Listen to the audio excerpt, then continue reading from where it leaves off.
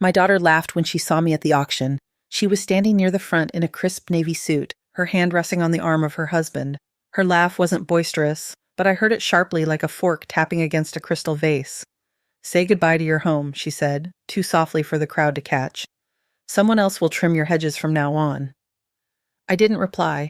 I scanned the room, the lines of metal chairs, the polished shoes of the auctioneer, the hum of hushed talks, the scent of floor polish and stale tea.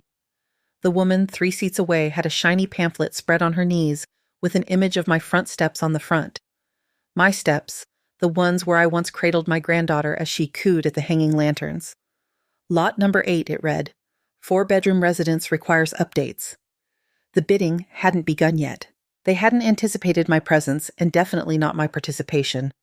I was meant to remain at home silently like a forgotten tale. But I wasn't a tale. I was still present, and I was about to show them how I arrived here. That's a deeper tale. 2 weeks prior, I was sorting clothes in the dining area when I spotted an envelope slipped into the pile of neighborhood flyers. No sender listed. I nearly discarded it, but something about its neat fold made me stop. Inside, a notice for a community property sale. A tiny row of small text drew my attention. Lot number 8, 22 Elmwood Drive. My location. I eased into a chair, the sheet quivering in my grip. It must be an error, but I scanned it repeatedly. My residence, my identity, and beneath it in printed font, sale approved via power of attorney. I recall when she requested I sign that. Just for ease, Keisha had mentioned. All gentle grins and worry. In case of emergencies where quick choices are needed. Health matters, payments. It was 2 summers back when I was healing from a spill. I had agreed, believing in her. She was my child. I never dreamed she'd wield it this way. I phoned her right away, tone strained. "Keisha, I received something odd in the post today." She hesitated. "Oh, a sale notice with my address." A moment of quiet. "Oh, that," she responded finally. "I plan to discuss it with you." "It's the right moment, Mama. That place, it's overwhelming. You can't manage it." "It's my place," I stated. "I understand, but it's not secure for you. And honestly, it's a resource that could serve better." I struggled to inhale. "Serve whom better?" She exhaled. "Don't complicate this more. You'll have a wonderful spot at Sunny Meadows. All handled. Food, cleaning, your own tiny plot. I'm not moving anywhere," I declared. "You already granted the power of attorney," she noted. "And with certainty, it's finalized." I lay awake that night. I wandered each space as if I were already a spirit. Brushed the side of the organ my husband once tuned. Adjusted the fringe on the vintage shade I fetched from Georgia in '74. My existence wasn't a drawback. My recollections weren't a load. The following day, I placed 2 calls, one to an attorney, one to the credit union. I had sufficient stashed. Not fortunes, but adequate. Adequate to prove a point. And now here I was, perched in the 6th row in my finest shawl with my purse next to me, observing my daughter smirk smugly as the auctioneer approached the podium. He began with the minor assets. I bided my time. Lot number 2, lot number 4.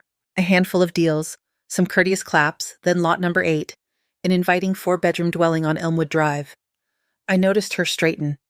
She inclined forward, anticipating a bid from anyone except me. The auctioneer launched the offers, and I lifted my arm. Paddle firm.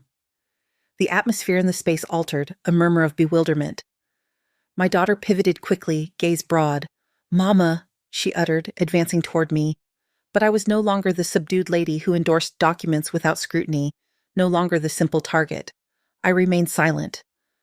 The offers proceeded, and I maintained my paddle aloft. The residence wasn't lavish. It lacked granite surfaces or a prestigious address, but it belonged to me. We acquired it in 1974 when we still believed the world was gentle and eternity held meaning.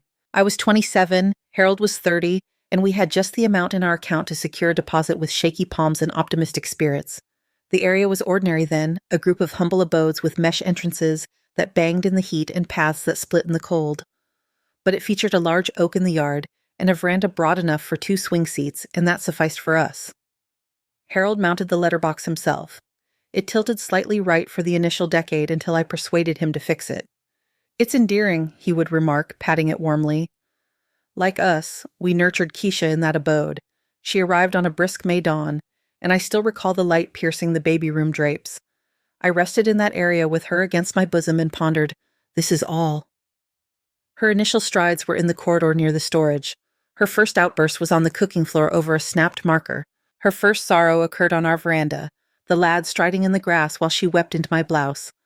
We constructed existence there. Not flawless, but solid. We mended the ceiling ourselves when it dripped in '86. Coated the family room blue after Harold was laid off to affirm not all was crumbling. Sowed roses along the barrier the season after my aunt passed since I required something lovely to view from the sink window. The decades advanced. Keisha attended university. Harold departed. I remained because departing seemed like forsaking something holy, not the stones and planks, but the unseen burden of reminiscence. The manner the steps groaned in precisely the correct spot, the notch in the passage barrier from when Harold attempted to haul in a fresh cabinet, the etched letters on the veranda post that Keisha believed I ignored. There were proposals, naturally. Through the years, agents dropped notes in the post. Excellent prospects, ideal spot.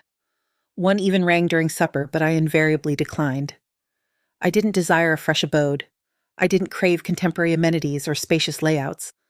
I wanted the abode where I cared for my spouse through his last autumn. The abode where I led community gatherings at the supper board. The abode where I recognized every noise and silhouette. Keisha never grasped that. She visited more in her 30s.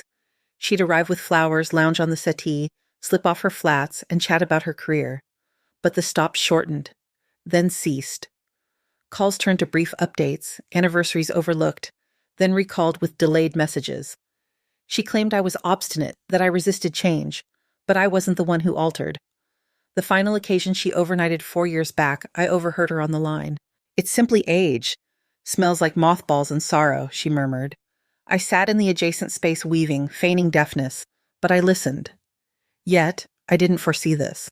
To witness my existence inked in shiny print on sale leaflets. To hear my dwelling labeled as a venture chance. To observe folks in sleek boots survey the areas I once polished on knees and palms and declare, the structure is sound, but it'll demand a complete overhaul. No one perceived the structure of that abode like I did. I knew where the timber was tender and where it stood strong. I knew which plank creaked underfoot and how to tilt the rear pane so the air flowed perfectly in August. I knew which section of the counter Harold always rested against, creating a faded spot in the surface. None of that signified to them, but it signified to me. The day I discovered the sale, I lingered in the parlor for hours, merely inhaling, heating. The quiet of the abode was altered that day, tense, observing me as if it too had learned the update and awaited my response. I rose, proceeded to the nook where Harold's seat once stood, placed my palm on the vacant area. Don't fret, I whispered. I'm not permitting them to claim you. I'm uncertain if I referred to Harold or the abode or another thing entirely. That dusk, I retrieved the file labeled Vital, the one untouched since the year post Harold's passing. It contained all, titles, coverage, a lockbox key, and the modest record book I'd maintained for ages. Each instance I withdrew from reserves. Each time I advanced Keisha funds, I noted it. I turned to the final sheet. There was still sufficient, perhaps not to surpass a builder, but enough to stir, to draw eyes to me, to proclaim, I existed here. I created this. You can't wipe me with a hammer, not without resistance. Keisha wasn't eternally this way. There were eras, remote, hazy eras, when she gripped my hem at daycare farewell and wailed if I merely eyed the exit. When she'd nestle beside me on the sofa, her tiny palm grasping mine, murmuring tales of fireflies and shadows beneath the mattress. She used to utter mama in a tone so tender it could unravel me for weeks. That young child vanished, supplanted by a lady with bold eyeliner and bolder gaze. I still recollect the precise instant I realized she had departed and another had assumed her role. It wasn't a boisterous dispute or theatrical episode. No, it was hushed. That's what stung deeply. It was 6 years past on a Wednesday. She arrived to aid with the accounts, or so she claimed. I'd requested her to examine some health coverage forms. Harold always managed those. And after he went, the figures began blurring on the sheet. Keisha sat at the board with her slim device open, entering and tapping with swift precision, scarcely glancing up. Mama, she stated abruptly without prelude, you should truly consider disposing. I halted. Disposing what? The abode. I believed I misheard. She breathed out. It's excessive for you. You're residing solo in 4 bedrooms, 3 baths, and a lawn the scale of a modest field. It's wasteful, and frankly, it's not secure. Secure. The term hovered like a gnat. She always concealed behind security simplicity, productivity, what was optimal. I informed her I wasn't keen, that the abode was okay, that I had a routine, a flow. But I observed it then, the expression, that taut look that conveyed, here we go once more, my unyielding, antiquated, challenging mother. She didn't debate. She merely shut her device and stated, we'll address this again. And she did. Every celebration, every call, every stiff meal in that pricey bistro she favored, she'd loop back. When will you reduce? Wouldn't you favor something current? Have you viewed Sunny Meadows? They have warm tiles and a reading group. Initially, I thought she was merely anxious, but gradually her anxiety started to resemble restlessness, and then the requests emerged. They commenced minor, a couple hundred for a vehicle fix, then assistance with the initial on their fresh dwelling, then the mentoring costs for Tanya, her child, always with a vow to reimburse, though nothing returned. Still, I provided. That's what mothers perform, right? We provide and provide and provide until we're bare frames grinning courteously in the nook, hoping someone recalls we once signified. When she presented the power of attorney documents, it was masked as concern for crises. She said it's merely a reserve. You needn't ponder it. I should have inquired further. I should have had someone inspect it. But I endorsed. I relied on her.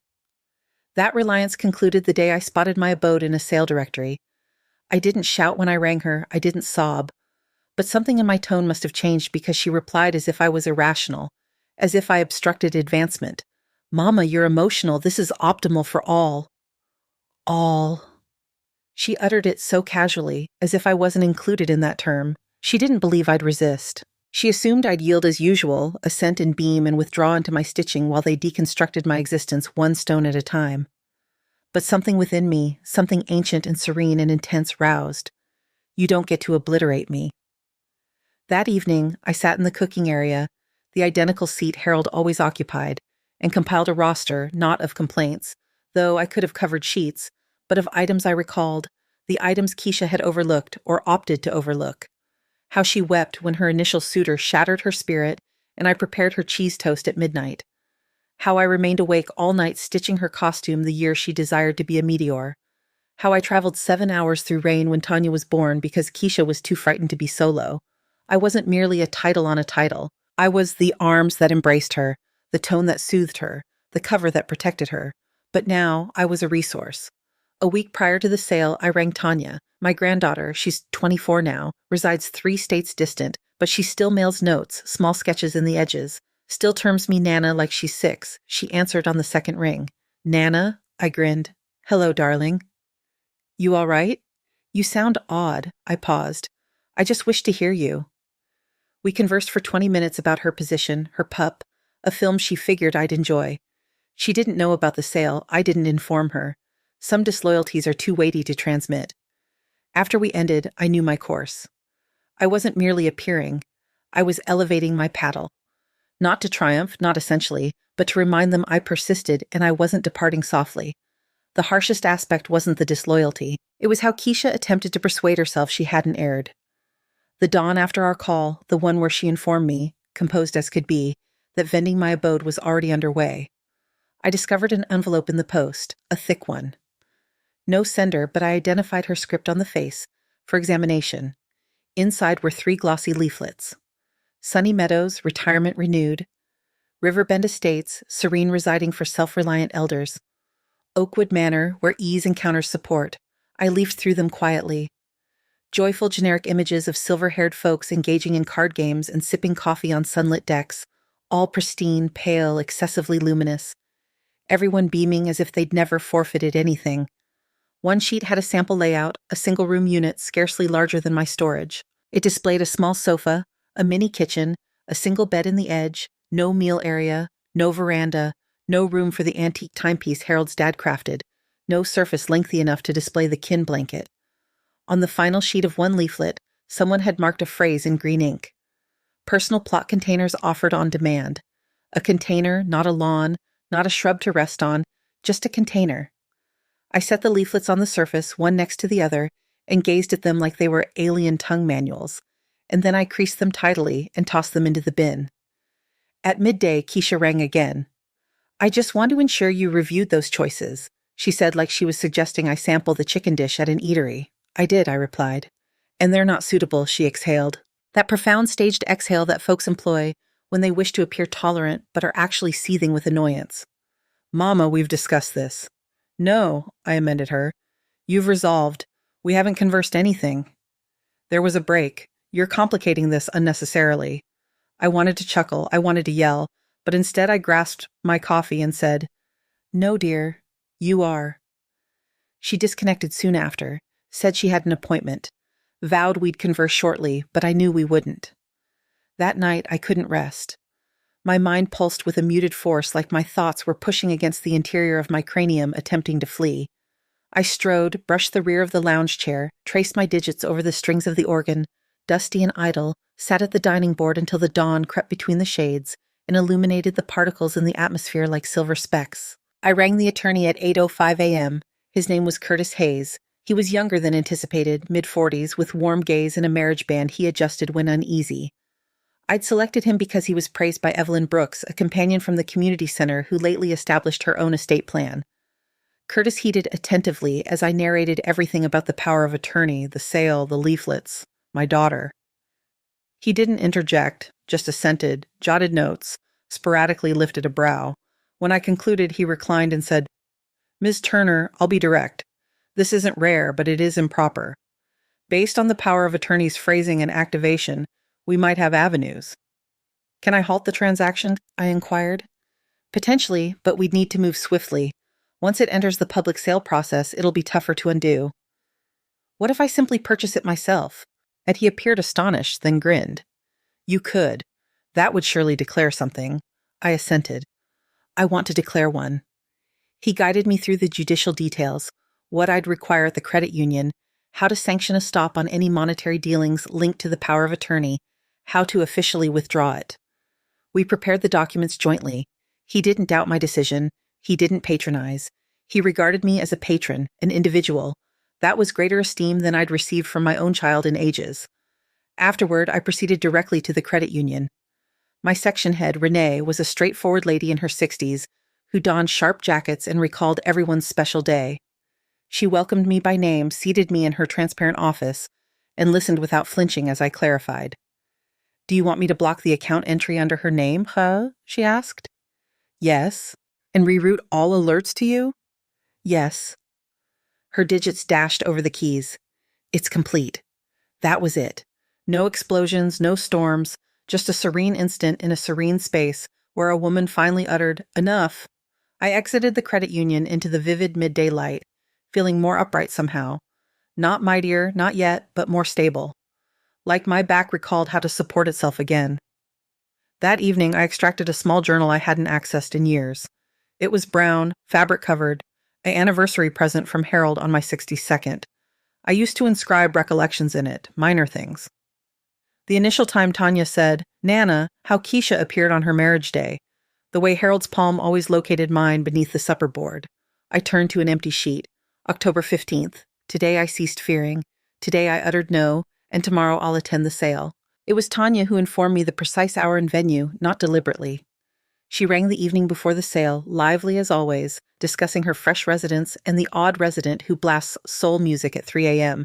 And oh, Mom mentioned she's off tomorrow for something crucial, major kin task, some sort of endorsement, I believe. She was unclear. What sort of endorsement? I queried, striving to maintain my tone even. Unsure, Tanya said casually. She and Leonard were disputing about lease agreements or something. You know them. Anyway, I think she's pulling him to the center. I proposed to mind Rufus, but they said they'd be absent just a few hours. She noted a civic hall or perhaps the town office. That sufficed. She didn't know. Keisha hadn't disclosed what she was executing. I almost felt thankful for that. After we disconnected, I sat at the supper board for a while. The abode was still. My mug of coffee had chilled. Outside, the road light shimmered as it always did past midnight. I envisioned her endorsing forms in a neat jacket, locks flawless, pen sliding over the rows that would deliver my home to an outsider.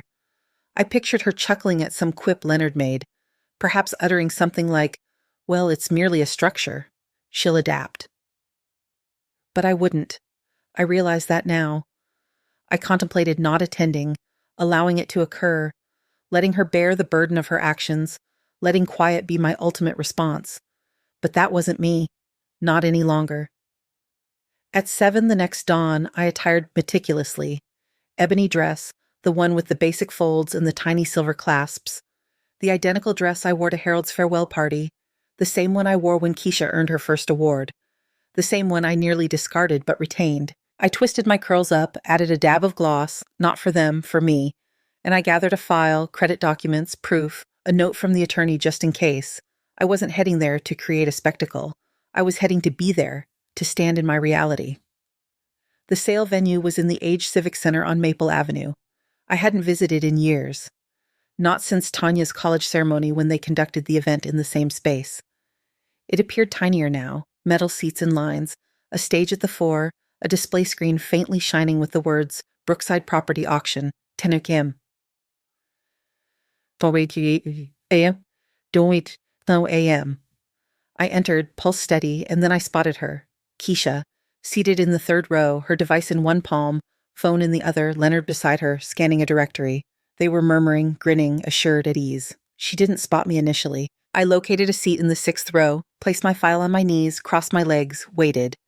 More individuals entered, a few in formal wear, a pair that seemed like renovators, inexpensive footwear, soft dialogue, an elder gentleman with a pad and a property tag pinned to his top. Then the auctioneer advanced. Morning, everyone. We'll commence soon. Ensure you've signed in and collected your paddles. I clutched mine in both palms. The space calmed. And then Keisha pivoted, saw me, our gazes locked. She blinked once as if uncertain I was actual, then her expression shifted. Not alarm, not yet, but unease. A constriction around the lips, a spark of something in the eyes. She elbowed Leonard, whispered something. He pivoted too, gazed at me and scowled. I didn't stir. I just remained there erect, poised, prepared. Let her ponder, let her fret, let her sense at last what it was like to be observed. There's a specific type of quiet that occurs just before a public sale starts. It's not the quiet of respect or anxiety, it's the quiet of computation. Folks glance at one another obliquely, mentally gauging funds, assurance, domain. I'd never been in such a space before. But I identified the vibe. It was the same I used to sense in the neighborhood meetings when Keisha was in elementary, the parents all subtly positioning, pretending no rivalry while engaging exactly that. The auctioneer, a gentleman in his 50s with a complexion too bronzed to be genuine, cleared his voice into the mic. Let's begin. Lot number 2. My abode was lot number 8. I heeded closely, not to the goods, but to the folks. One lady always initiated the offers. A man in the 4th row always elevated after her. The renovators at the rear scarcely shifted but scribbled rapidly. Keisha didn't lift her paddle once. For the first 7 lots, she just observed. She wasn't here for else, only the abode. She was biding. When they arrived at lot number 8, I felt a change. A breath suspended. The auctioneer checked his records. Next, lot 8. A 4-bedroom, 3-bath home on Elmwood Drive. Solid foundation, choice area. Asset prepared for swift handover. Shall we commence at 150,000? Keisha's arm moved promptly. Paddle up. Her number 112, 155. The auctioneer assented. Do I hear 160? Another paddle rose. Someone ahead of me. Keisha's head turned abruptly. She wasn't anticipating rivals. Thank you, the auctioneer said. 160. Do I hear 165? There was a halt, and I elevated my paddle, not hasty, not shy, just firm, intentional. The space didn't exclaim. Existence isn't a drama, but there was a clear wave. Heads pivoted. Keisha did a complete second look. I gazed her directly in the eye. She blinked, then squinted as if she thought she must be misconstruing. The auctioneer glanced over. Paddle 124, 165. Do I hear 170? Keisha elevated her paddle again, her mouth firm. 170. I elevated mine again. 175. Now there were whispers. Someone inclined toward their companion and murmured something. I didn't mind. I wasn't offering to succeed. I was offering because it was mine, because they needed to know I hadn't surrendered my voice just because I'd become hushed over the years. Keisha turned to Leonard, whispered harshly. He shook his head. She gazed forward again. 180, she said softly, elevating her paddle. 180 to number 112. Do I hear 185? I didn't shift, not yet. Let her worry. The auctioneer surveyed, 180 going once. I elevated my paddle gradually. 185. Keisha's face reddened. I could see the hue climbing her collar. She elevated again. 190. The auctioneer appeared entertained. Now we have a true competition here, people. I elevated again. 195. My tone was composed. My palms weren't trembling. This wasn't about funds, not for me. Keisha rose, the sole individual upright. Pardon me, she said boldly. I'd like a discussion with the auctioneer, please. He looked surprised. Ma'am, we're amid offers. I comprehend, she said stiff-lipped, but I think there's a confusion. That lady, she pointed at me, is my mother? She lacks the authority. Actually, I do. My tone didn't thunder, but it sliced through the space like yarn through velvet. Everyone pivoted. I rose gradually. From my purse, I extracted a file. Judicial withdrawal of power of attorney, endorsed and certified, valid as of 4 days past, submitted with the district office and linked to the ownership. Keisha stiffened. The auctioneer descended from the stage, accepted the file, examined the documents. He gazed up at me, then at Keisha. This alters matters, he said softly. Keisha's mouth parted, shut. Her face was a tempest of incredulity, disarray, anger. Mama, she said, nearly a snarl. What are you executing? Something I should have executed long ago, I said. There was no cheers, no orchestral swell, just a prolonged, charged quiet. The auctioneer cleared his voice. Considering this fresh data, we'll pause the transaction of lot number 8. Please enjoy a short break while we verify judicial papers. Folks rose, spoke in low tones. Some gazed at me, some at her. Keisha turned back to Leonard. He appeared as if he desired elsewhere. I reseated, serene, sure. I wasn't here to act. I was here to reclaim my existence. She trailed me into the corridor as I anticipated she would. The auctioneer had announced a 20-minute break, allowing time to move about and, in his terms, collect thoughts. The air beyond the offer space smelled slightly of citrus cleaner and age. One of those vintage public structures that had been cleaned countless times and never fully shed the aroma of aged documents and fading floors. Mama, Keisha said sharply, shoes tapping behind me. What in the world are you doing? I pivoted slowly. She stood 12 feet distant, arms folded, chin raised as she always did when she wanted to appear larger than she was. I'm halting you, I said simply. From what? From taking my abode, she sneered. You're overreacting. No, I answered. You are. You just didn't think I'd detect. Her mouth opened, but I lifted a palm. Don't, I said. Not now. I granted you years to express, years to utter something true. Now you heed. She wavered, evidently split between leaving and persisting. She chose the latter. You don't comprehend what you're doing, she said. You're allowing feelings to obstruct what's wise. No, I said again softly. I'm finally permitting my feelings to express. After a lifetime of rendering everything simple for you, she rolled her eyes. It's not about simplicity, isn't it? I queried. Then what was that leaflet you sent? Sunny Meadows, Oakwood Manor, containers disguised as residences. Her face flushed. You require assistance. I require truthfulness, I said, and regard. Keisha scanned around as if verifying observers. Then she approached nearer. This is humiliating, she whispered. You appearing here like this, creating a fuss? I haven't elevated my tone once, I said calmly.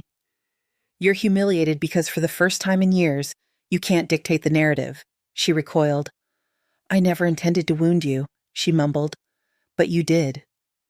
Her gaze met mine then, and for the first time in ages. She resembled the child I once comforted at the end of the passage after her initial bad dream. Perplexed, protective, afraid of error. I thought, she started, I thought you didn't mind that you'd be eased, that the abode was excessive. You never inquired. Her quiet conveyed all. You resolved, I continued. You and Leonard, you examined the statements, the area, the lawn dimensions. You saw figures, labor hassle. You didn't see me.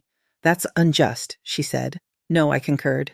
It's not, she exhaled, massaging her temple. So what now? Now, I said, you permit me to conclude what you attempted to initiate. You observe as I repurchase the abode you tried to vend from beneath me. You're truly proceeding with this? Yes. You don't even require that abode anymore. It's not about requirement, it's about selection. About honor. She gazed at me, mouth firm. You'd really expend your reserves just to prove a point. No, I said gently. I'd prefer not to. I'd prefer my child viewed me as a person, not a deal. But here we are. There was a break, lengthy and painful.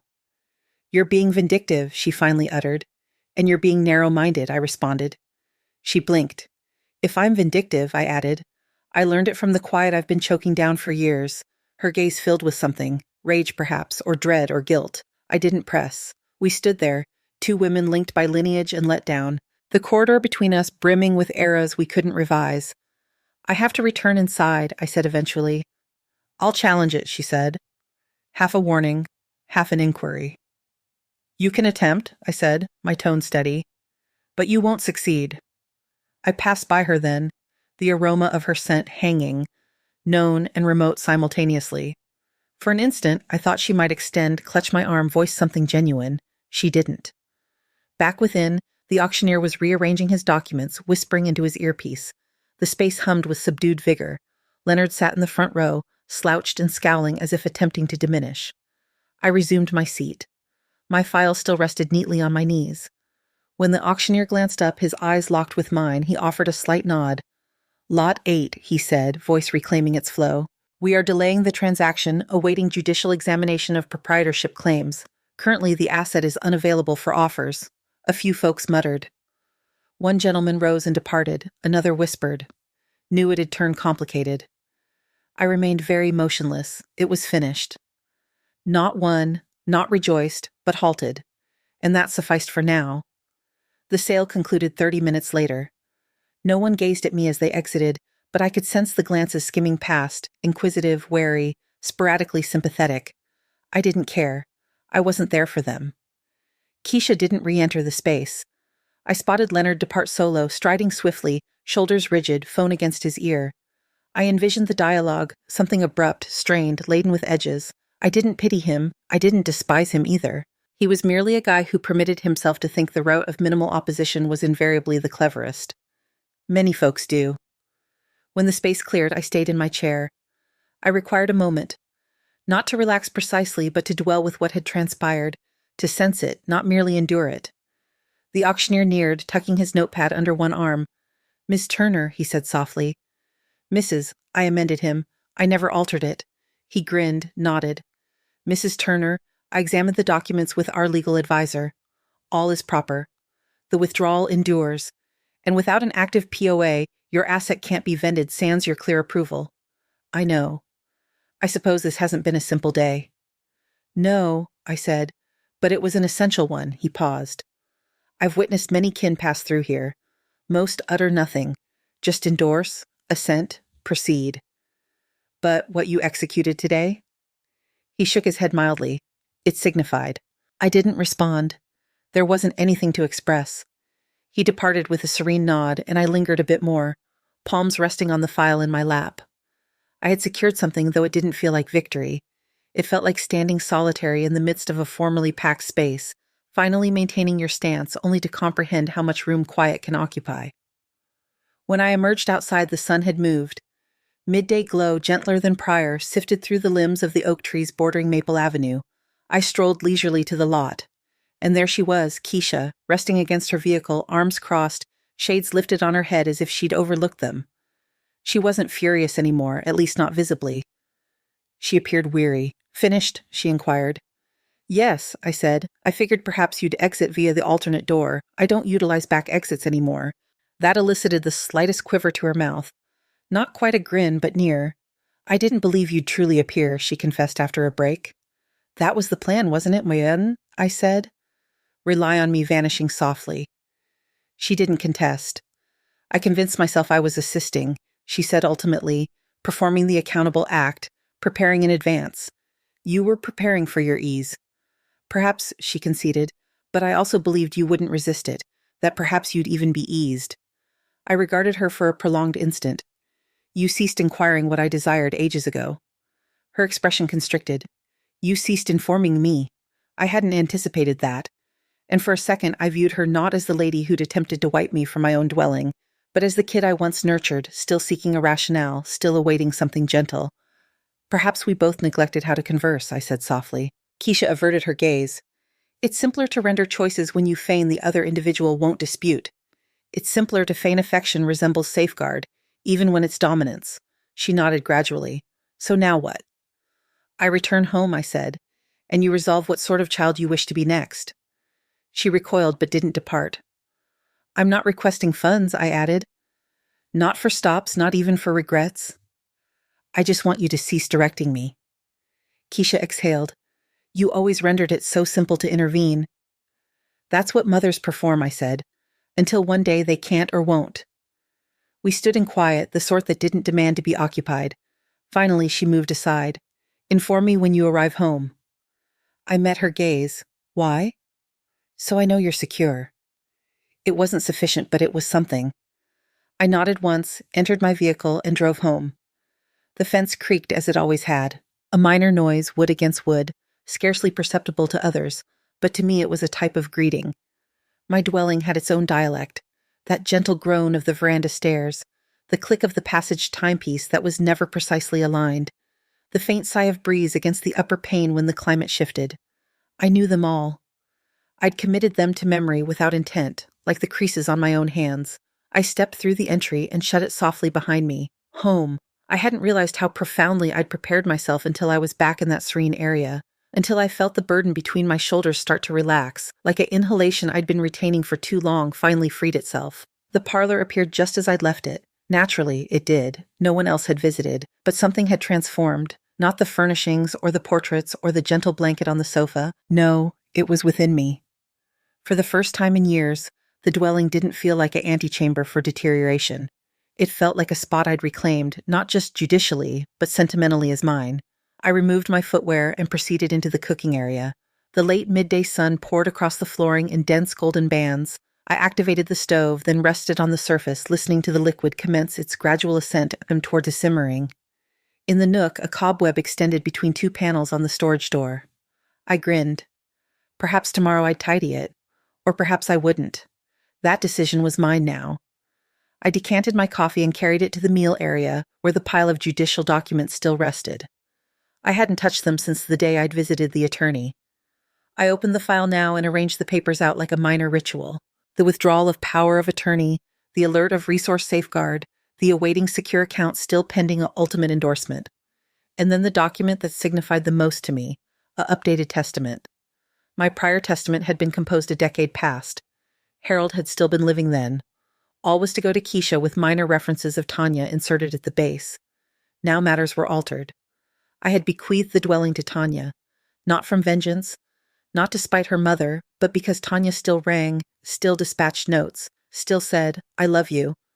Sans desiring anything reciprocally, she perceived me. That was adequate. The remainder of my reserves I'd apportioned.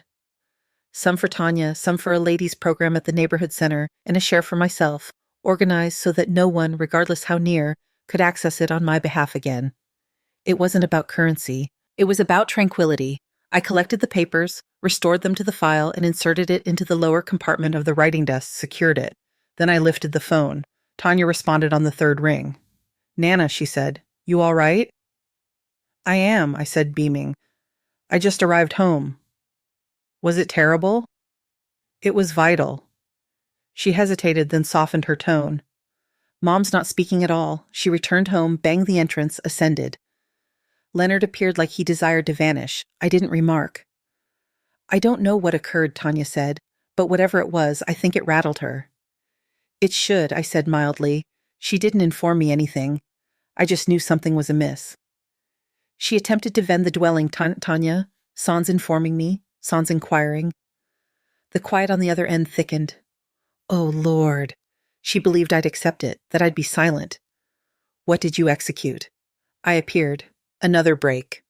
You are such a warrior, Tanya said. I chuckled boldly, openly. That's not the term I'd employ. It's the one I'm employing, she said. Earnestly, I'm proud of you. That rendered me silent for an instant, not because I didn't trust her, but because I realized I hadn't heard those terms in so long, not from anyone. Thank you, I said.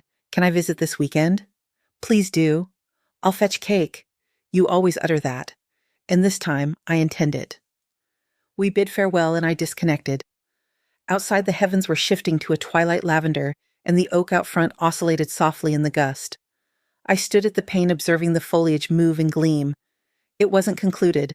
There would still be dialogues, strain, unvoiced matters resting heavy in the edges of spaces, but the dwelling was mine again, and more crucially, so was I. It took her 4 days to ring. Longer than I anticipated, truthfully. I thought she might appear on my veranda that same dusk, enraged or weepy, or both. But Keisha didn't favor chaotic episodes. She favored command, structure, private talks where she could guide the tale, and I think for once, she didn't know which narrative to recount. When my phone ultimately vibrated, I was in the yard extracting the final of the autumn herbs before they soured. The display flashed her name, and for a moment, I just observed it hum. No portion of me hastened to respond. I completed what I was doing, cleaned my palms on my smock, and only then accepted it. Hello? A break then, hi, Mama. Her tone was different, level, cautious. I didn't think you'd respond. You thought correctly. She exhaled. Look, I know matters became intricate. They didn't become intricate, I said. You made a selection and I reacted to it. Another break. I didn't intend for it to progress that far. Yes, you did. She stiffened. I could hear it in the inhalation she didn't take. You don't know what it's like, she said abruptly, attempting to balance everything. Career, kin, the perpetual pressure to maintain everyone stable. I wasn't attempting to wound you. I was attempting to simplify things. For whom? Her quiet was the only response I required. I sat on the rear veranda step, phone to my ear, the yard still aromatic with moist soil and herbs. Somewhere close, a neighbor's chimes provided a gentle, unsure tune. You ceased viewing me as an individual, I said. I became a scheme, a risk, something to manage. That's not accurate, isn't it? I inquired softly, more quiet. I know I didn't seek assistance often, I said. I permitted you to think I was fine when I wasn't. I ingested a lot to preserve harmony, but there's a distinction between self-reliance and obscurity. I never thought you were obscure.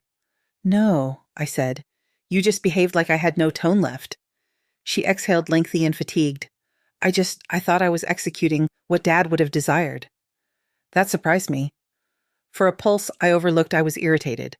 What? What your father would have desired, I reiterated gradually, was for his child to treat her mother like someone with intellect and emotion, not like a riddle to be resolved. He despised witnessing you struggle, and I despised observing him perish, I retorted. But I remained. I didn't reorganize his existence while he slumbered. I hadn't planned to utter that, but once it emerged, I didn't rue it. Keisha didn't reply. I could hear her respiring just that. I didn't do this to disgrace you, I said. I did it because I declined to be wiped. I know, I awaited. I am remorseful, she appended ultimately, and it wasn't much, but it didn't sound practiced. Good, I said. Now behave like it. She emitted a mild chuckle. Astonished, perhaps a little injured.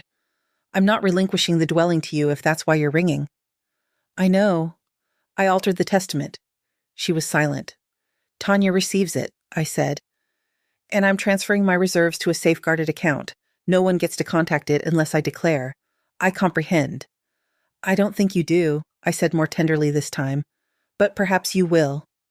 She cleared her voice. Tanya informed me you're hosting her this weekend. Yes. She's nearer to you than she is to me occasionally. That's not coincidental. I didn't utter it to wound her. I uttered it because it was true. You can visit too if you desire, I added after an instant. If you're prepared to heed, not direct. Keisha didn't respond immediately. I'll contemplate it, she said ultimately. That's all I request.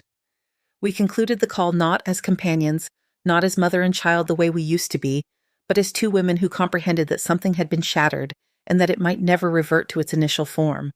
But perhaps, just perhaps, something else could be constructed in its stead. I stood, brushed soil from my legs, and returned to the yard. Tanya arrived just past noon on Sunday, arms laden with sacks and face radiant like she'd just emerged from a bloom. It had been drizzling all morning, that serene sort of autumn drizzle that patters gently on the roof and aromas of aged foliage and moist ground. But when I opened the entrance, she brought the warmth with her. Don't fret, she said, entering. I brought the cake and not purchased this time. I vow I'll trust it when I sample it, I said, beaming. She chuckled, removed her sneakers, and drew me into an embrace that was cozy and authentic and lingered just a moment longer than usual. I sensed it then, what I hadn't permitted myself to sense at the sale or in the vehicle, or even that night when I had returned home. Relief. It didn't appear like tears. It didn't sound like an exhale. It was quieter than all that. It was simply knowing that someone had appeared, not to claim something, not to mend me, not to clarify, but just to exist there.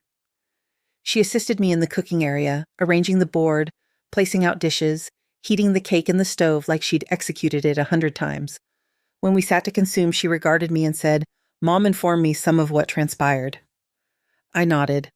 Some is likely the correct term. She didn't protect it, Tanya said swiftly. She appeared weary. I think she's frightened, Nana, of you, of what it signifies now that you uttered no. I sipped my coffee.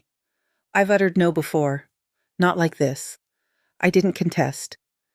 She's not wicked, Tanya added. She's just so accustomed to being in command. And when folks like that forfeit control, they panic. She had no authority. I know that was sufficient. I didn't require Tanya to take positions. I didn't desire her to. I altered the testament, I said mildly. I hope that doesn't place you in a tough spot. She shook her head. It's not about the testament. I examined her for an instant. You're a lot bolder than I was at your age. She grinned. You don't know what I'm afraid of. But you appear anyway, I said. That's the portion that matters. The cake, incidentally, was marvelous. Crispy shell, tangy sweet berries, just enough spice. We conversed for hours about films, about her position, about the fellow she was dating, whom she depicted as mostly bearable except when he attempts to prepare rice from basics. I chuckled. I hadn't chuckled like that in weeks. As we tidied the board, I saw her glance out the pane. Is someone arriving? I inquired. She hesitated. Mom messaged me this morning, said she might drop by. I sensed the stillness resettle into the space. Not strain exactly, just the consciousness of potential. I didn't summon her, Tanya added swiftly, but I didn't tell her not to arrive either. I nodded and then, like a timepiece responding to cue, the bell sounded. We stood in the cooking area, silent. I regarded Tanya, she regarded me. You don't have to open it, she said. But I already was striding. Keisha stood on the veranda in a lengthy jacket, her curls tied back, a pale envelope in one palm. I won't linger, she said promptly. I had to deliver this to you personally. I didn't respond. I just regarded her. She extended the envelope. It's the ultimate endorsement for the secure transfer. I had my attorney approve. I accepted it sans a term. And I terminated the alternate access, she added. I had no affair on your accounts. No, I said you didn't. She nodded. I'm not requesting you to pardon me, she said. But I want you to know I'm attempting. Attempting, not mending, not imploring. Just that. I stepped back from the entrance. You can enter, I said softly, but only as a visitor. Keisha hesitated, then entered. She didn't inquire where to sit. She didn't extend for anything. She advanced slowly, like someone accessing hallowed terrain they hadn't merited the right to tread. Tanya joined us in the parlor, offered her a mug of coffee sans a term, and for the first time in years, the three of us sat in the same space. Not as kin in a frame, not as roles we'd been designated, but as women, each bearing her own harm, her own selections, her own sorrow. It wasn't a reunion. It was something quieter, more delicate, a commencement. Tanya arrived just past noon on Sunday, her arms laden with sacks and her beam too broad for someone who'd just driven through 3 hours in the drizzle. I opened the entrance to the aroma of damp road and nutmeg. Don't fret, she said, entering. I brought cake, and yes, I truly prepared it this time. Then we'll both be astonished by how it tastes. She grinned, removed her sneakers, and embraced me firm and cozy and lingering just a second longer than usual. I sensed it in that embrace, the burden of the week, the undertow of concern, the minor relief of presence. We advanced through the cooking area like we always had. She placed the cake on the surface. I decanted the coffee. Neither of us referenced the sale or Keisha or the soft resonance of what had nearly been claimed. Not immediately, but when we sat, cloths unfolded and dishes full, she regarded me and said, She informed me a little. I didn't inquire who she meant. I just nodded. She didn't protect it, Tanya added. She just said you'd made your stance very evident. I did. She appeared rattled. She should be. Tanya hesitated. I think she thought it wouldn't signify, that you'd release it. She's thought that for a long time. We consumed in quiet for a while. The cake was remarkably good. Crispy, not overly sweet, just the way I preferred it. When Tanya caught me assenting at the shell, she grinned. See, she said, I'm progressing. I'm proud of you, I said. And I meant it more than she likely realized. She reclined, coffee in palm. You altered your testament. I did. You don't have to explain. I want to. I said, it's not because I adore you more. It's because you appear, because you perceive me, and because I want this dwelling to remain with someone who comprehends what it signifies.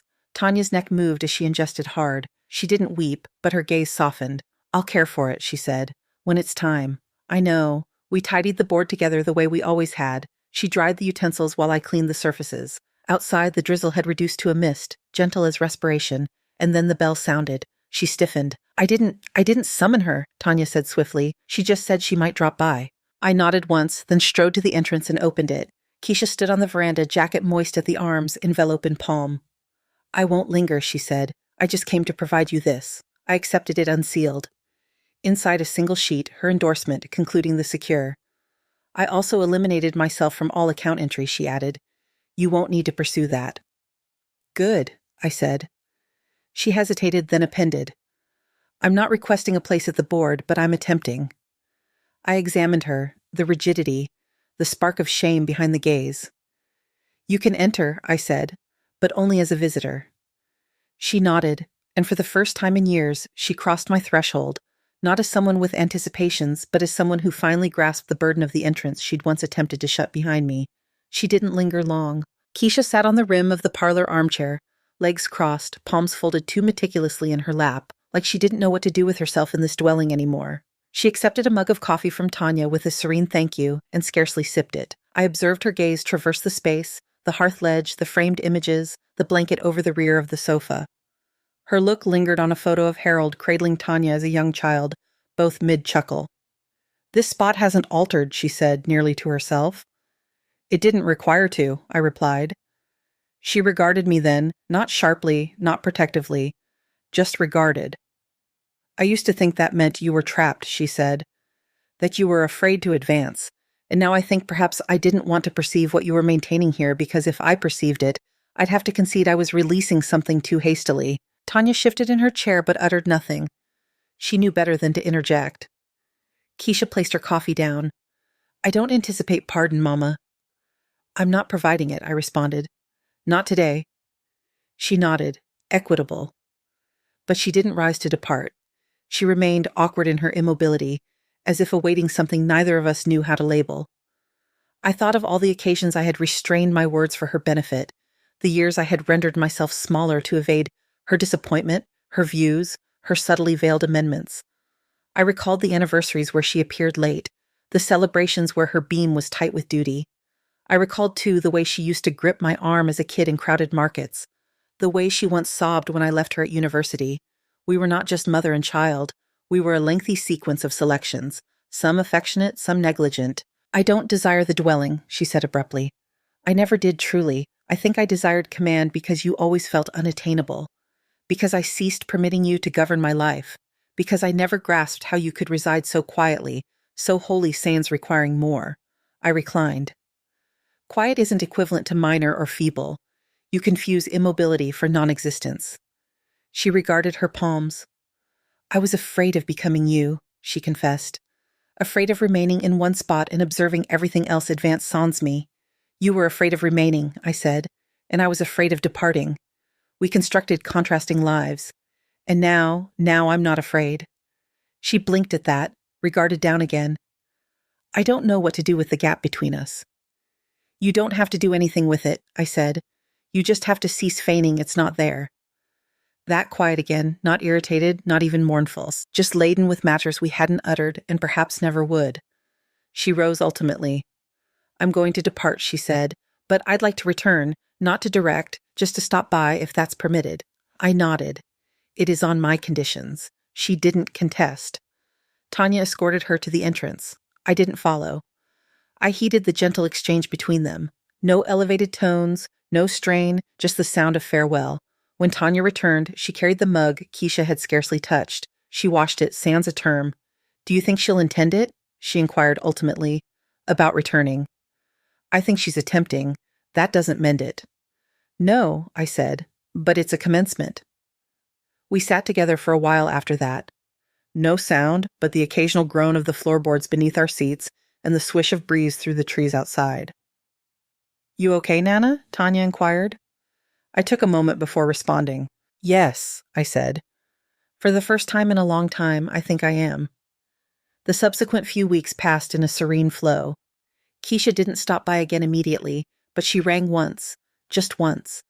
It was a brief dialogue, awkward with prolonged breaks, as if we were conversing through a mist neither of us could quite dispel. But it was courteous, wary, polite. That was a commencement, too. Meanwhile, I reverted to my own existence, the one I'd nearly permitted to escape under the burden of someone else's assurance. I began returning to the community center again on Friday mornings. The ladies there always reserved me the seat by the pane, the one nearest to the warming vent and cold. I spent lengthy afternoons caring for the lawn. The roses required trimming, and the vines by the barrier had begun creeping too far again. There was a solace in placing my palms in the soil, in coaxing loveliness from something untamed. It reminded me that I still had time, still had strength, still had the right to care for what was mine. I even began cooking again. I'd ceased for a while after Harold perished. Just one of those minor things that felt too silent, sans someone to share it with. But now I prepared stew on Mondays, the kind he used to adore. I wrapped the excess in cloth and gave it to neighbors. Not because I required the companionship, but because I liked the trade. Something warm passing from palm to palm. No anticipations, no clamor. Tanya came by most weekends. She didn't always linger long. She had an existence, a position, her own residence filled with blooms and disorder, but she always came. She brought tales, laughter, sometimes her washing. I didn't mind. One Sunday she brought a film with her. "You should view this," she said, placing it gently on the side table. The lead reminded me of you. I regarded the cover, a lady on a veranda staring out at an open meadow. "She doesn't do much," Tanya added, "but somehow everything alters around her." I smiled. Sounds known. We didn't discuss Keisha much. Sometimes Tanya would reference something, a message, a dialogue, a moment of irritation, but she never attempted to clarify her mother's selections. I appreciated that it wasn't her load to bear. Still, I knew she was observing both of us, quietly hoping. One midday, as we sat on the veranda sipping coffee, she inquired, "Do you miss her?" I didn't respond immediately. "I miss what I thought we might possess," I said. "But no, I don't miss being directed." "Do you think she'll ever alter?" "She already has, just not in all the ways I desired. And that's okay." Tanya nodded, reflective. "I think she's frightened of becoming you. She informed me that, but I think she's even more frightened of ending up solitary." "She's not solitary," I said. "Not if she learns how to be truthful." I didn't utter it out of spite. I wasn't attempting to sound sage or remote. It was just the truth.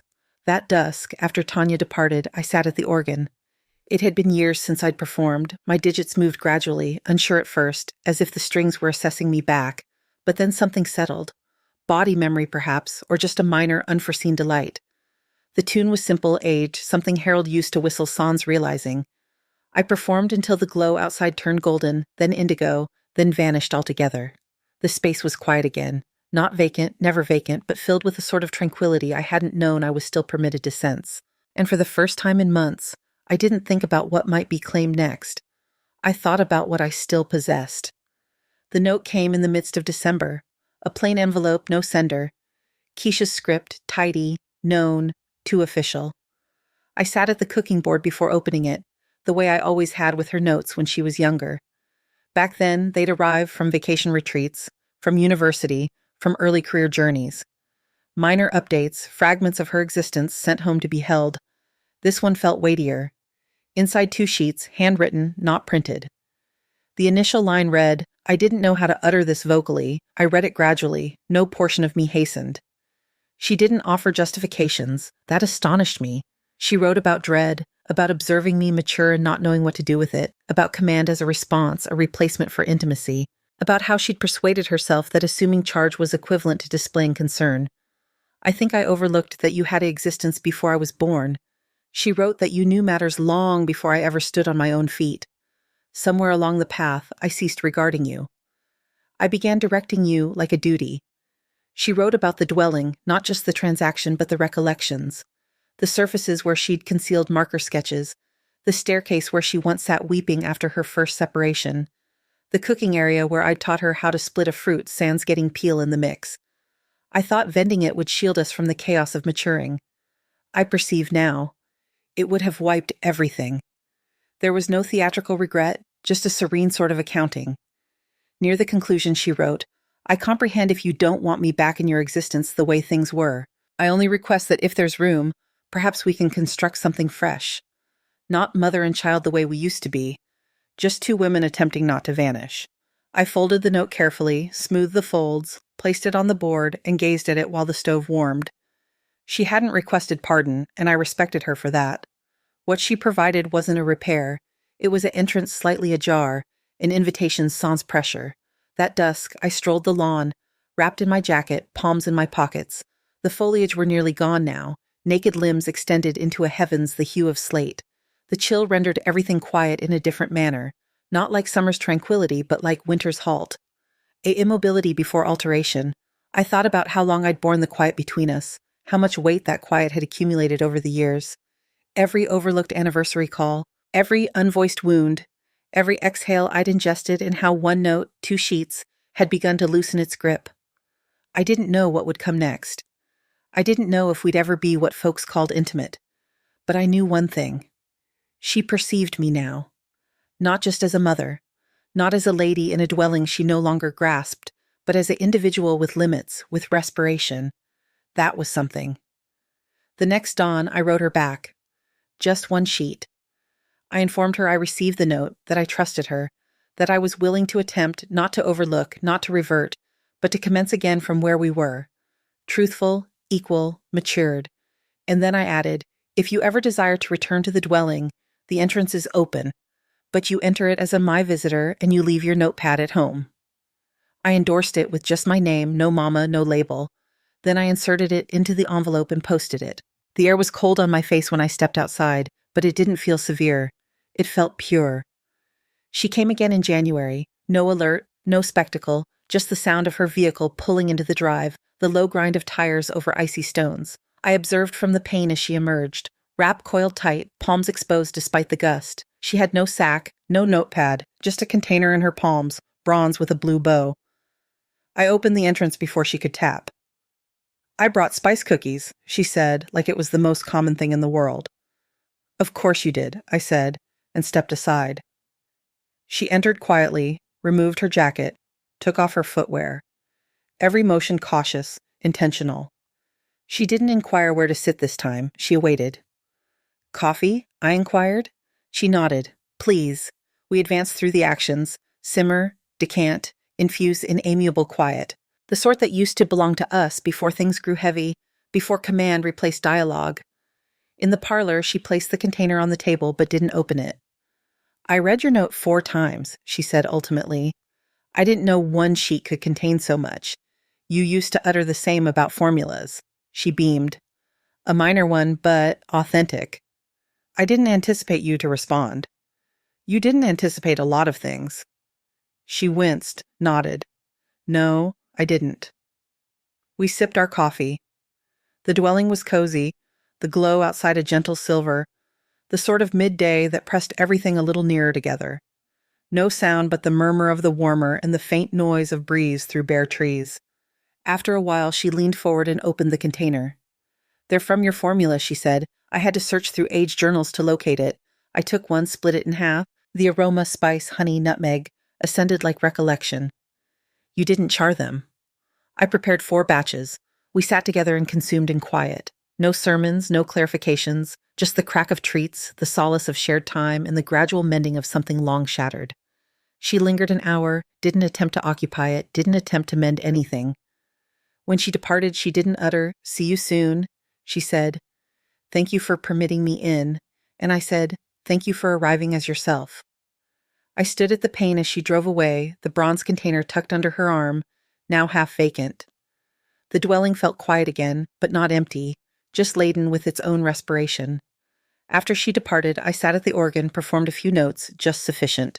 And then I wrote, not to Keisha, not to Tanya, to myself, a sheet, perhaps 2, about what it means to remain, to possess your area, to speak when quiet is simpler, to commence again, even after the years have settled heavy in your chest. I placed the sheets in the brown journal. Then I decanted another mug of coffee. I didn't secure anything in the conventional sense. There was no equity served, no admission broadcast to a tribunal, no grand act of reunion. But I retained my dwelling. I retained my name. I retained my tone. And that in the serene reckoning of a lengthy existence is more than sufficient. If this tale stirred something in you, share it. Inform someone or simply dwell with it for a while. Sometimes the strongest thing you can execute is remain exactly where you are and not regret it. If this resonated with you, leave a remark or send it to someone who requires it. There's strength in being perceived.